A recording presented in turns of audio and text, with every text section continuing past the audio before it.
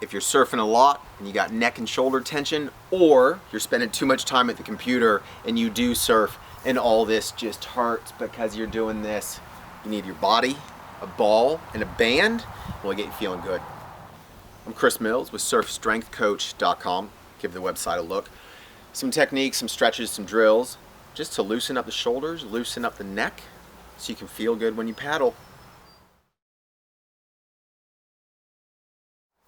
We're going to work to loosen everything up so the spine, the shoulder, and the neck can move like the way a spine, a shoulder, and neck should.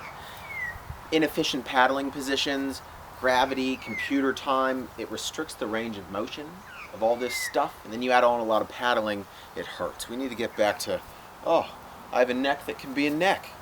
So we're going to start, we're going to loosen up the lat, we're going to loosen up the chest. This can be done after a day of work. It can also be done after you've done a whole lot of surfing.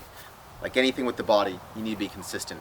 So a band, we're going to stretch this kind of lat, teres major area. Just wrap your hand up, cool? And you just start walking yourself back so it starts tractioning the arm. Thumb up towards the ceiling, that externally rotates the arm so you get a better stretch on that lat. You just start bringing the torso down, and same side hip, you pull away from the hand and start doing big expansive breaths. The breathing is important because you're going to expand and contract the rib cage, and so it starts lengthening, tensioning, untensioning all the attachments of that, the lat on the ribs, lower torso, and the pelvis. And you can start, we call it fishing around essentially. Start moving. I get a lot more of a stretch right through here in that position. If I come down here and really drop the hip back, I get a bit more up in the armpit. Big deep breaths. You can stay in that position for upwards of a minute. That is a really, really good drill post surfing. There's another problem, computer posture, right? Gravity, life, pulls these shoulders forward. We just want to open up all the tissue on the front of the shoulder. Same thing, wrap your hand up so you can just loosely grip it. And just start to turn your chest, ribs, away from your hand. You're opening up all this chest tissue. And again, you can hit different angles. You could come lower, come higher. Deep breaths, big expansive. Don't let the shoulder roll forward, right? Get that shoulder back and open. Externally rotate the arm. Thumb is pointing to the ceiling or even backwards. That's internal rotation, that's external. And work on some of those stretch positions. Good neck position, don't be all here, reinforcing that bad posture. Boom. About a minute or so, both sides. Big breaths, release the chest, release the lats. Tennis balls. It can be a single tennis ball or two taped together. You could throw them in a sock as well and just knot it up. If you've got serious neck issues, you need to see a health practitioner. If you're just tight and tense, you got to open this stuff up, because if this is all overly tight, it's changing the neck position, right? You need to learn to breathe efficiently. If you're paddling all up in the neck and breathing inefficiently, you're going to have neck tension, right? A plus B equals C. Trigonometry, or is that? Anyways, a long time ago it was math. Tennis ball, this upper trap tissue, right? We're going after upper trap and levator scapula.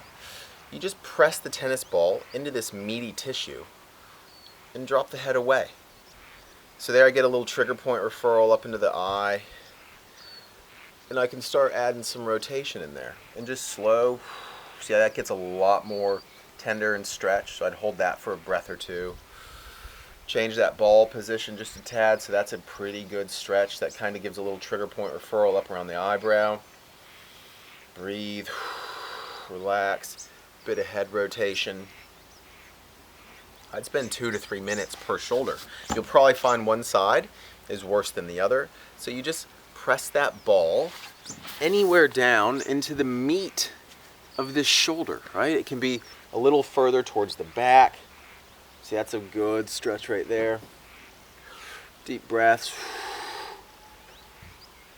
2 to 3 minutes aside. Another variation of that is if you put that ball somewhere in the meat of that shoulder and you bring your hips up, I now get a force down into that ball where I can start going into some head rotations. I can do some arm movements. That's really quite tight.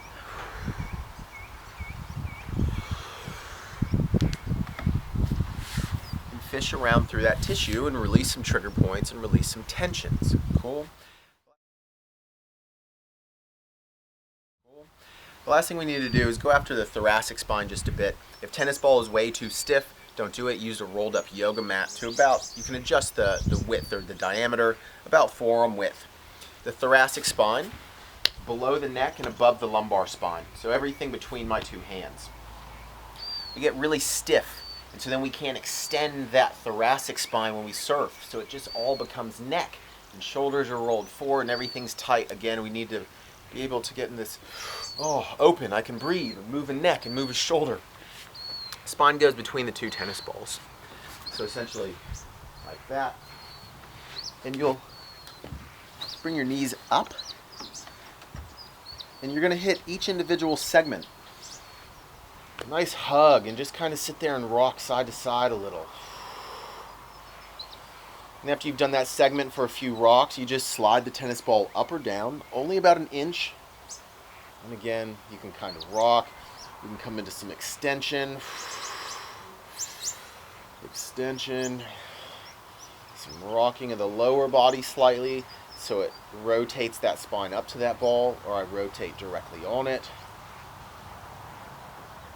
So, spend a few minutes doing this. If the tennis balls are way too stiff, again, use a yoga mat or a towel rolled up to the diameter and just get the upper body moving so that you can paddle comfortably and without pain. So do a combination. Do some of those band stretches, do some tissue release, do some thoracic mobilizations, see how you feel. If things aren't improving, check out a health practitioner, right? Some quality manual therapy, hands-on tissue work, and some mobilizations can do a lot of good. Look after yourself so you can surf.